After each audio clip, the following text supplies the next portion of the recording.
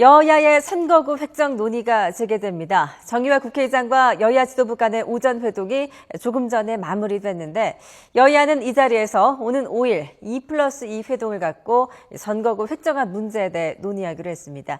국회로 먼저 가보겠습니다. 구수본 기자. 네, 국회입니다. 네, 선거구 획정안 문제 참 시급한 문제인데 이번 주말에 여야 지도부가 만나기로 했다죠? 네, 그렇습니다. 여야 대표와 원내대표가 마주 앉아서 선거구 획정안을 다시 논의하기로 했습니다.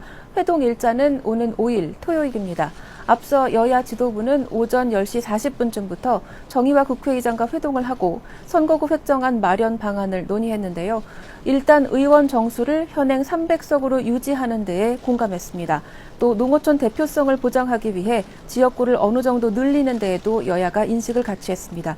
그러면 자연스럽게 비례대표 의석이 그만큼 줄게 되는데 이 줄어든 비례대표의 비례성을 담보하는 방안을 놓고 여야의 입장이 갈리는 상황입니다. 새누리당은 현행대로 정당 투표를 통해 비례대표를 선출하는 방안을 기본으로 석패율 정도까지는 고려해 볼 수 있다는 입장입니다. 반면 새정치민주연합은 지역주의 타파를 위한 권역별 비례대표제 도입을 주장하고 있습니다.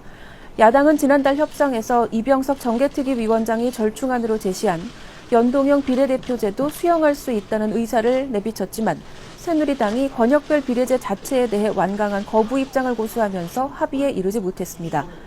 하지만 선거구 획정안은 이미 법정 처리 시한을 한참 넘긴 상태여서 여야 합의 도출이 시급합니다. 획정안의 법정 처리 시한은 3주 전인 지난달 13일이었는데요. 게다가 오는 15일이 예비후보 등록일이어서 그야말로 하루빨리 선거구 획정 문제가 매듭지어지지 않으면 정치 신인이 대부분인 예비후보들이 제대로 예비후보 등록을 마치지 못하는 사태가 벌어질 우려도 큽니다. 오늘 회동에서 정의화 국회의장도 바로 이런 점을 강조하면서 합의안 도출을 촉구했습니다.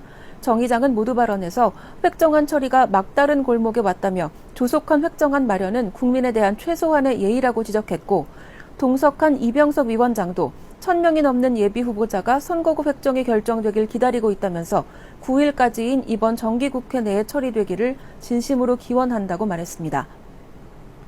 여야는 예산안과 쟁점 법안을 통과시킨 만큼 선거구 획정 논의에 한층 집중할 것으로 보입니다. 하지만 노동개혁 관련 법안 등 아직 처리되지 못한 쟁점 법안 처리 방안을 놓고 견해차가 여전해서 조속한 시일 내에 결론을 내릴 수 있을지는 미지수입니다. 지금까지 국회에서 YTN 구수본입니다.